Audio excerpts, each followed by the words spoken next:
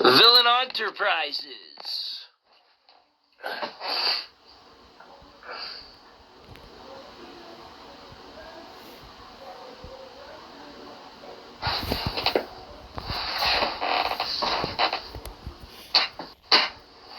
And here we go, guys. Come in, Crystal.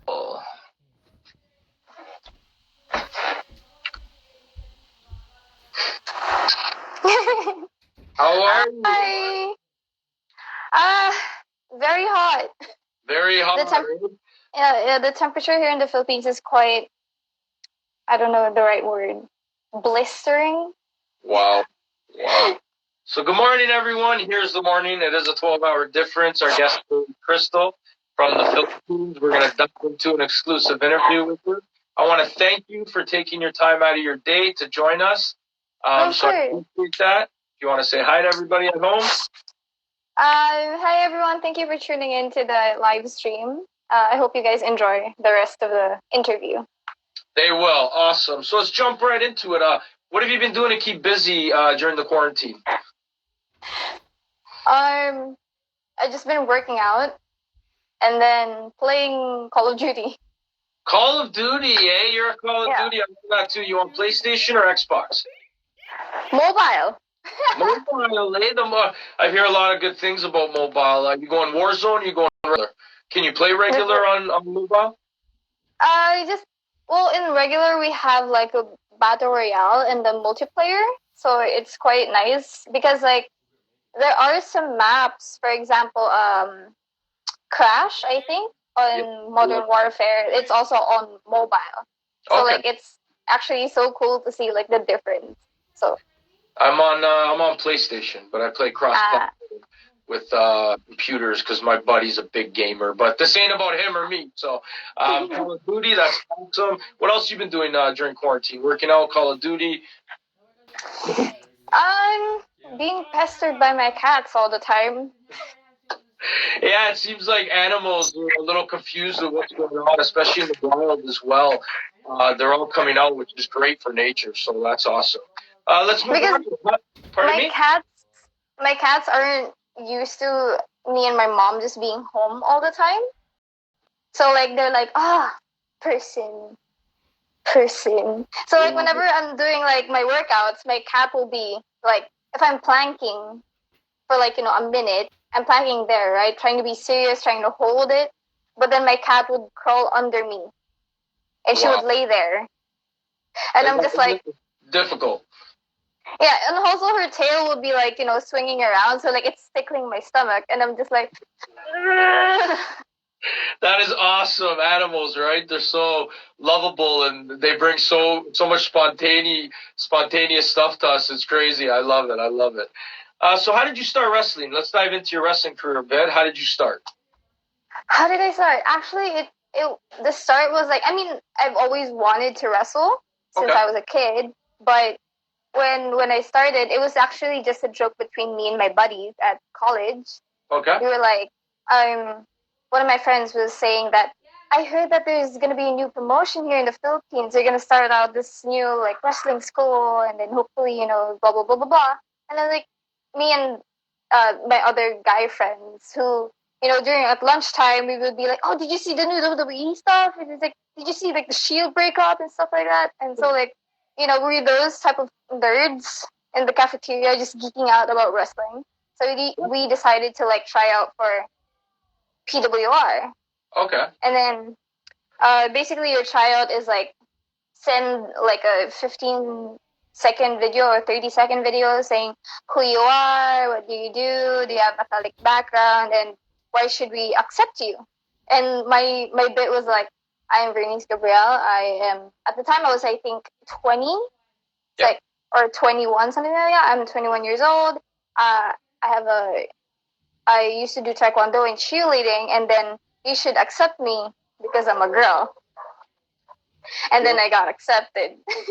Awesome. Well, women's wrestling is exploding in the today, so There's a lot of upcoming stars and a lot more opportunities. You guys are stealing the show. The women are stealing the shows. Becky Lynch broke the internet. To go off topic here, Becky Lynch broke the internet being pregnant yesterday. know. So I got teary-eyed. Pardon me? I got teary-eyed. Yeah, me too. You see the expansion, and the fans can feel the emotion from the wrestlers, and it's mainly from the women that are superstars now. You guys are all superstars. There's no men and women anymore. It's superstars, which I love. You guys deserve it, right? You guys are having the best matches right now. So it's an amazing time to be a wrestling fan. Talk to us about your wrestling journey. Talk to us about from the beginning, about your journey, where you've been, where you plan on going. So during the start, it was actually really hard because having a Taekwondo background, I had to, adapt because I was used to like hitting as hard as I can. Because in Taekwondo, you have to make a sound for it to, be counted as a point in like tournaments and competitions. Oh, really? Okay. So like if you hit the body armor and then it makes a sound, then that's when it's a count. That's when it's a point.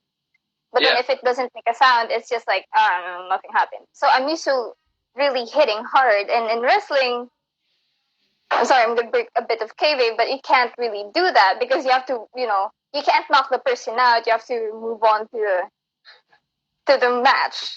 Yeah. So I was actually having a hard time. And also because I had a background in cheerleading, I was used to not falling. Okay. Or you can see my mom in the background. I'm sorry. Hi, Mom. Hi. Hello. She's cleaning. No. Mama. Yeah, she's saying it's a barbecue here because it's really hot in the Philippines. But yeah, being a cheerleader, I was a flyer, so like I would be flying up in the air and then someone's catching me. So my first instinct is to not fall. Yeah. But then in wrestling, you have to fall. You gotta take bumps. So every time I take bumps, it would be like, shit, my elbow, shit, I'm trying to brace my fall because I'm so not used to it. So it took me, I think, 16 months before I debuted. Also because it was really hard because I was the only girl in the company. Yeah. That was like wanting to be a wrestler because there was another girl in the company, but like she was just like, the sexy, pretty around the ring type, the manager. Okay. So yeah, that's what happened. And then it was hard for them to include me in the roster without like, you can't just put in the first woman. You have to put her in like a story kind of somehow. Yeah, build up a story to bring her out. Yeah. So the story of me was I was an announcer. I actually did announce like a show. And then I turned into like an interviewer and then a backstage interviewer. And then there's this guy who's like a misogynist. And he was like, why are you here? Just go away and make me sandwich. And I was just like, you know what? I'm done with this. And then, then it moved forward and I, asked him for a match, challenged him in the ring for a match. And then that's how it got to here. Yeah. Okay. How was the transition from cheerleading and Taekwondo to wrestling? You were talking a little bit about it. You said it was difficult. Let's go into that because you adapting and having both backgrounds, it had to be magical for you to become a wrestler because you did have the cheerleading experience and the Taekwondo as well. So I know the transition must have been tough. To explain to us a little bit about that. The transition was quite hard because there are things in Taekwondo that I had to unlearn so that I could learn in wrestling. Because like in Taekwondo, we don't really punch a lot, but when we do, it's like the forms.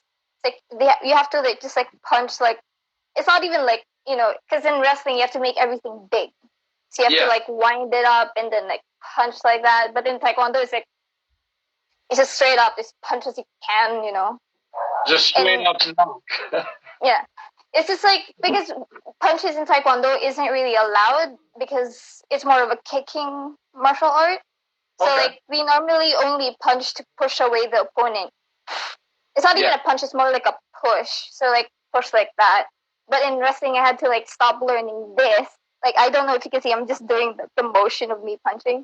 And like, I had to learn how to like... And sell, right? You need to learn how to take the hit. I love it. So the transition was difficult, but you're there, you're getting there, and that's the great thing about it, right? Is challenges in our life, and when you wanna make it, you got to put in the work. It's simple as that. I got a buddy that taught me that. You want to reach out and grab it. It's anything in life, to be honest. Like if you really want to if you want to learn the language, you just take the first step and learn the language. If you want to be a cheerleader, just sign up. You don't have to have everything, because there are people who are willing to teach if you show like your passion. If you're passionate enough for it. It's all comes to passion, right? People are going to give you opportunities if they see you want the opportunities, and that's the great thing about wrestling, and the growth of it is presenting opportunities for everyone, including myself, and it's amazing. And you're halfway across the world, and I reached out to you, so the opportunities are just growing, incredible. So on that topic, how do you feel about the growth of wrestling? So the growth of wrestling is exploding. I got buddies that stopped watching years ago, and they're into it. So explain this. How do you feel about the growth of wrestling? I am, as a wrestler and as a fan, I am thrilled. I am happy. I can't really say how happy I am, because you just have that feeling inside that you're just like, yes, because there was this dark moment in WWE like times that I think it was like around 2009 to 2000, like before the Shield, where it was just like really bad for me. That's why I stopped watching. And then when people like Seth Rollins showed up, like, oh, like wrestling doesn't have to be the formula of the I don't know if you know the formula, but like you can like the formula of like, oh, the heel is up, meaning like they're gonna have a face comeback and the face is gonna win, blah blah blah, like the whole like you can predict it. Like they're like around the 2009 to 2012 era, it was just like everything's so predictable. Oh, the buddies! Someone's gonna betray that buddy down the road, and then you see it happen. Yeah. So then when the Shield came up and like the whole like, oh, they're brothers, and then Seth Rollins like doing the chair thing, I was like, and then he goes to Triple H, and I'm just like, I think that's when it hit me that, oh, it's coming back and it's greater than before. I mean, I'm not saying that it wasn't good back then, but now like you see that it's just more so you can see the people's athleticism, how athletic athletes can be, and throughout the course of through the years, like people have been showing more like athletic ability. Like you can see people like doing corkscrews out of, I don't know, the floor. I think Casey from WWE, the girlfriend of Ricochet, I think she did like a handstand on the ropes, and I'm just like, oh, that's new. That's amazing. And I'm just like, I'm really happy, because it's not just people from like wrestling countries now. Yeah. Because like there's always been wrestling in the United States, there's always been wrestling in Mexico and Japan, but you can see like Asians, like Southeast Asians, there's wrestling in India, in Philippines, in Malaysia, Singapore, Thailand. Like you can see that the wrestling communities are starting to pop up, and now it's just more like, because people can show their support through the internet. Like not, it wasn't like before that, you don't know who's gonna watch, you don't know who's gonna want to see this. And because of the internet, like people can voice out like, oh, hey, it's a great job you guys are doing in the Philippines, like you're bringing wrestling to the Philippines, like our own proud thing. And I'm just like, it really is a great time to be a wrestler, because there's infinite possibilities. I mean, I'm being interviewed by you, and I'm just like, I mean, woo. That's exactly how I feel, right? And the growth of wrestling in every country and around the world is incredible, and it gives everybody opportunities. And the social media, you're right, exploded it. And for us to all connect is incredible. I've connected with people I never thought I'd connect with in the world, and it's a great time, like you said, to be a wrestling fan. So yeah, the growth is just completely incredible. Let's move on here. Let's talk about some of your matches so far. So a couple of opponents, explain matches, chemistry, who you like to work with. Go into detail about that.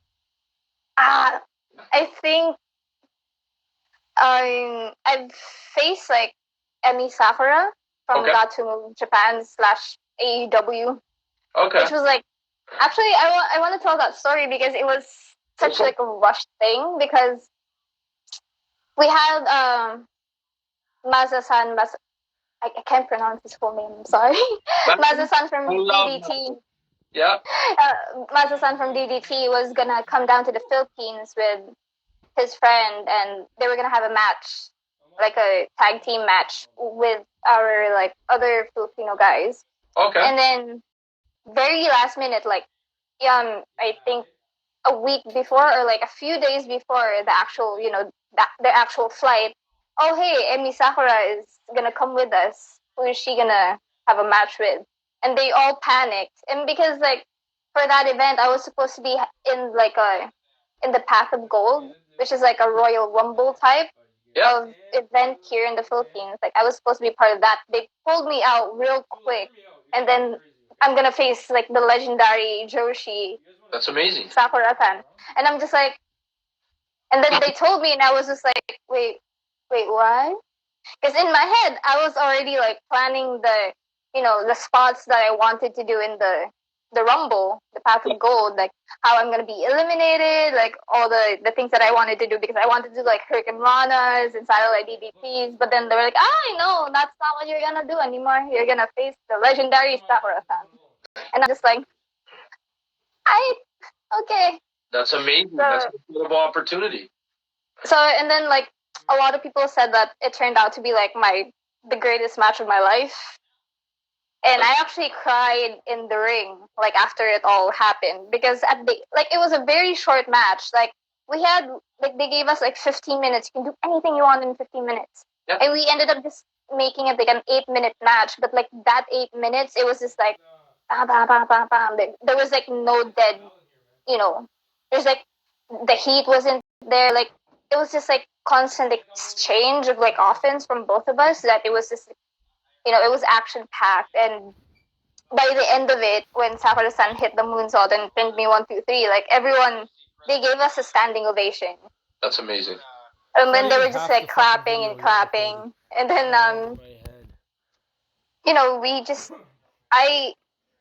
she hugged me in the ring, and I was just like, oh my God, I'm gonna cry. And then when she left, and I was left in the ring, I was just like, I was kneeling on the ring, and like people were just saying like,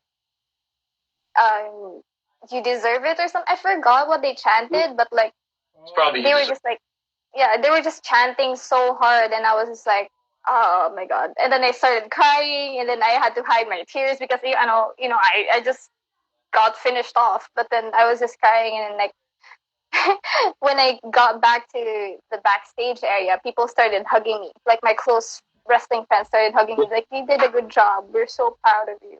This is like the best match of your life. And I'm just like, oh my God. My eyeshadow. Usually the best matches are organic, right? And that's an organic moment. You were supposed to be in the Path of Gold, by the way. Love that title. The Raw of Gold. And it led you to the match with the legend. So for your growth and your opportunities, that's just incredible, right? And is there anywhere we can watch that match? The fans can watch that match? It's on YouTube. Perfect. You can just search Crystal versus Emi Sakura, and then that's gonna pop up. Awesome. Please watch it, because I'm so proud of that match, and it's like I'm definitely gonna check out that match after the interview. I've also faced Riho. Like, oh, Riho. Yeah, I faced her I think twice. Wow. Yeah. I faced her once in Singapore, and then another time in the Philippines. That's amazing. She's incredible. When you're trained by Kenny Omega, how can you not be, right? But she you can see the skill. Oh, she was trained by Sakura-san and then Kenny Omega. And then Kenny, eh? So I gotta check her out. That is awesome. Let's move on. Who's your favorite wrestler today? So if you have to pick anyone besides yourself, because obviously you're the best. Who's your favorite? Oh my God, it's so hard. I'll let you pick a few. I won't put you on spot with one. Okay, I would say Rey Mysterio, just because like he's my all-time fave. Yeah. Like all time. And then I would say off the building, so Oh my god. Oh my god. Kota Ibushi. Kota Ibushi, I love. I when I visited Japan, when I wrestled in Japan, I went to Haoming Mask. Okay. And then the owner asked me, like, who's your favorite Japanese wrestler? And I said Kota Ibushi. And then he gave me a gift, which was like a tiny figurine of Kota Ibushi. It was so adorable, yeah. You still have that figure? I can get it if you want. No, it's okay. We can. We'll post it later. You can send me it or something. We'll post it. Yeah. That's an amazing story. So give us your dream match. Give us your dream match. Could be WWE, AEW, New Japan, Ring of Honor in the Philippines. Dream match. Pick an opponent. Who would you like to be against? Oh my god! I honestly want, because like me and Riho have faced each other like twice now, but it was always like it was a triple threat. It was a 4-way because like the promoters want as many stars to face that superstar, so make a big match. But I want to face her 1-on-1, and then maybe like I'm so biased right now because I love the Japanese style wrestling because it's so like it's just like so fast paced and like yeah. So I also want to face like Hikaru Shida. Okay, awesome. So that's incredible. Riho, I'd love to see a rematch singles, you and her. So let's make that work. Everybody in here from AEW, let's get it done. She's still holding a title that I want, so you're gonna get that title. I believe in you, and I hope so. Once this pandemic in the crazy world. She's holding the Queen of Asia Championship. So I mean, Asia. You got that title's home with you. All right, so you're out there. She's putting you on blast, Dave. We need a singles competition for the title. All right, let's move on here, my dear. Did you have any other career choices before wrestling? Did you have any other career choices? What's up, Ange? Sorry, I have to give a shout out to my buddy who's also an interviewer, Angelo Bellata. What's up, buddy? Oh my god, someone's saying like Crystal versus Shida or Riho. There you go. You want Why not the triple? Shida, Riho, and me. Triple ladder match championship hanging from the rafters. I love it. Oh god, that'd be like amazing. I love it. So, did you have any other career choices before wrestling? I actually wanted to be a tattoo artist. Wow. Do you have a lot of tattoos? Do you have any tattoos? Wow. That's amazing. Fun fact, I have a wrestling ring over here. I don't know if you can see that. Incredible. Take a look at that, guys. Wrestling ring on the arm. That is incredible. Oh, I didn't mean to show that. I'm a Pokemon fan. I love Bulbasaur. Sorry to interrupt there, but Bulbasaur is my go-to. Those are incredible. So explain to us, why did you pick wrestling over tattooing? It was just, actually, I was going through a hard time in my life. Okay. I had depression, and I didn't, at the time, I was just like this college girl who was like partying, a typical teen, not teen, I was 21. And I was just like, I was just like going through every day, just partying, not really wanting to do it, like not really, I was still studying, but like, that wasn't my main focus. I was just like trying to survive every day. And I was just like, when me and my friends were, because like wrestling always sparked joy in me, because when I watched wrestling, it'd be like a break from my reality. Like I'm just watching there. I'm in that moment, I just want this person to win. I want my favorite to win. And when me and my buddies, came up and, tried out for PWR, and then I did it. Fun fact, those buddies of mine never went to a single training. That's crazy. So, yeah, so going through that and then just trying out for wrestling and then just, staying with it. It just, also, like, I think physical exercise and doing physical stuff actually makes you happy. Like, it gives you endorphins, was it? I think. It's the happy hormone, yeah. So I was just, like, getting better and better, and then I just stopped thinking. I just, like, I just stopped overthinking. I stopped moping around. I was just like, I want to be better at this. I was motivated because ever since I was young, I was actually like, I've always been very like athletic.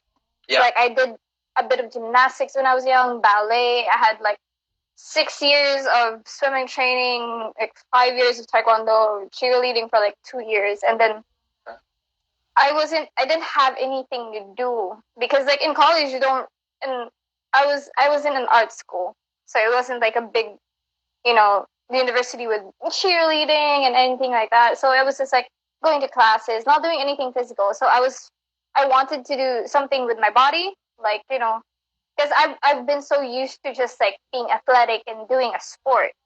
Yeah. So when I finally found wrestling, I was just like, I was happy again. So like I think wrestling gave me that happiness that I was looking for. Which is why I'm still wrestling today. So yeah, 100%. Wrestling, it's an escape for all of us.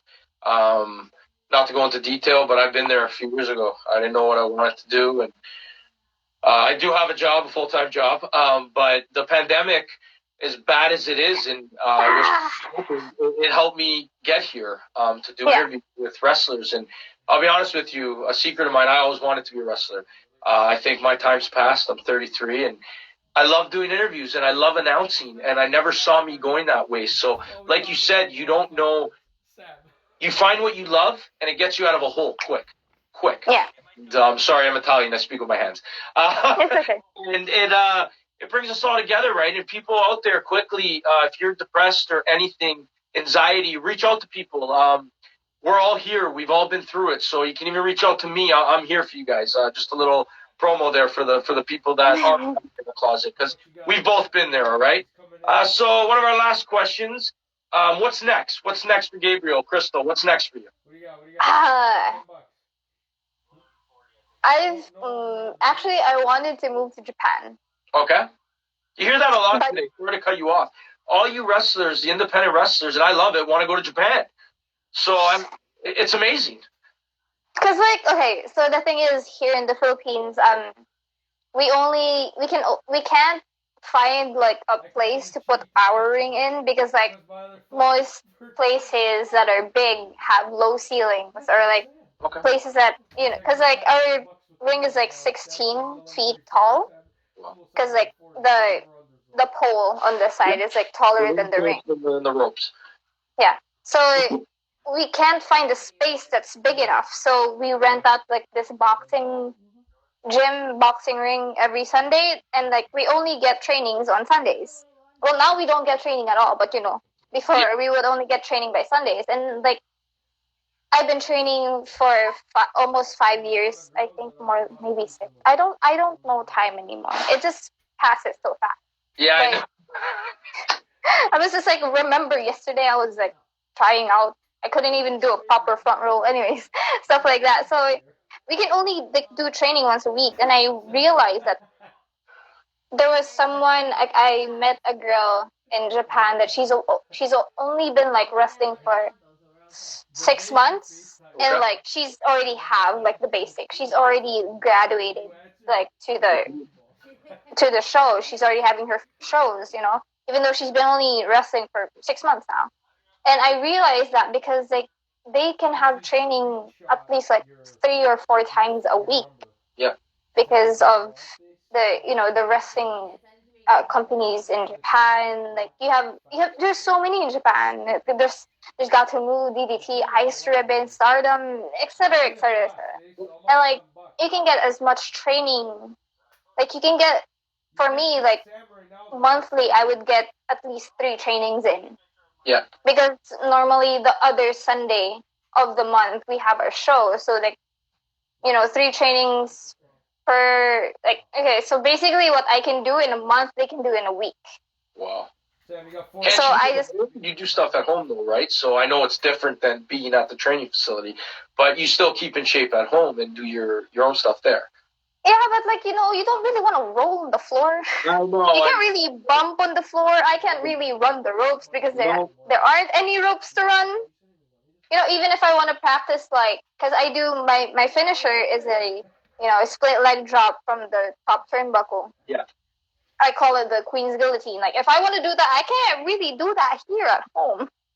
What am I gonna do? Like, I'm gonna stack 2 chairs and then like jump onto my bed, something like that. I don't want to break my bed. No, but it'll bring you back to when you were 5 or 6, off the chairs, on the bed, onto a Yeah. stuffed. So it's frustrating because now I think Gato Move is still like doing shows because they have their own like mini office, like they have their own facility, Yeah. and like all their wrestlers live close by, and so it's only walking distance, and they're all like they're all like doing the social distance stuff, but they know that they're negative, so they're still doing wrestling tapings. Yeah. So they're doing like I think lives on YouTube, or they're just doing like taped matches, and like, they're still wrestling right now. And like I want to do that too, because I think I saw someone do a question like my goal is to be honest, like honestly, before everything, I wanted to be the first like full Filipina, like born and raised from the Philippines, like to be in the WWE. Okay. Well, then AEW came up, and I was just like, maybe no AEW, because what I like about AEW is like their stars can still like do outside bookings, unlike in WWE. When you're in WWE, you're WWE. You're set. You're focused. WWE. AEW gives you options. Yeah. I'll be honest with you. AEW got me back. So. But yeah, so like you can see like Riho and other AEW stars like doing still like promotions in other countries, and they're still doing their own stuff. That's why I now want to be part of AEW. I'd love to see you versus Anna Jay. Anna Jay's up and coming star. I love her. She's amazing. I'm following her, and I've been following you. You two would. That's my match for you in AEW. You versus. All right, so that's my match. Whoever get there or when you get there. But yeah, like I said, it's explosion, right? So you have options now, which is great. Going back to what you said in 2009 to 2012, it was more of a dead area in wrestling. But the competition is bringing AEW's competition now with WWE, New Japan, Ring of Honor. It's crazy. And there's fans everywhere. There's a lot of marks. And I don't mean that in a blast way. I mean it as people. There's AEW fans, there's WWE fans, and there's both. And I love all the product. I watch all the indies as well. So it's crazy, like you said. And I would love to see you go to either company, because I'd see you shine. WWE's a little packed right now, especially with the pandemic. NXT, if you went to NXT has some of the best wrestlers in the world, women-wise. To me, they're superstars still. I think you would blow up there, and I think you'd have chemistry with a lot of them. Another place, Ring of Honor. I love the Women of Honor. They're incredible too, right? So before we sign up here, last question I got for you is an emotional one. Explain your first time going through the curtain. I know you got into a little bit of your match there, but what emotions were flying before you walked out of that curtain for your first match? I was anxious because that first time my match, it was going to be the first ever intergender match in the Philippines. Okay, so that's amazing. Your name on it stamped. And then, like, the Philippines is a very Catholic country. Yeah. And there's a lot of, like, domestic violence issues and stuff like that. And I was just, like, I was scared that this might be too shocking for the fans of wrestling, because they're always so used to seeing this men battling men and, like, women battling women. But I was the first woman, and then we had to have an intergender because they felt bad because they wanted me to debut against another girl, but the other girls aren't ready for at least like 6 months or a year or so, because they just started. And I was already like, like I've already been like training for 16 months at the time, and I was just like, I was so anxious and so scared, and I was just like, I hope they don't, take this the wrong way. So me and my partner / opponent back then, we treated it as like a athletic off. Okay. So like he never threw a punch. He never threw like a slap. I mean, I think he did, I don't remember the match anymore because I've been through so many matches now. But he never threw a punch because like punches are very like close to like domestic violence and stuff like that. Yeah. So we just made it into like, oh, this girl can do a fucking Total World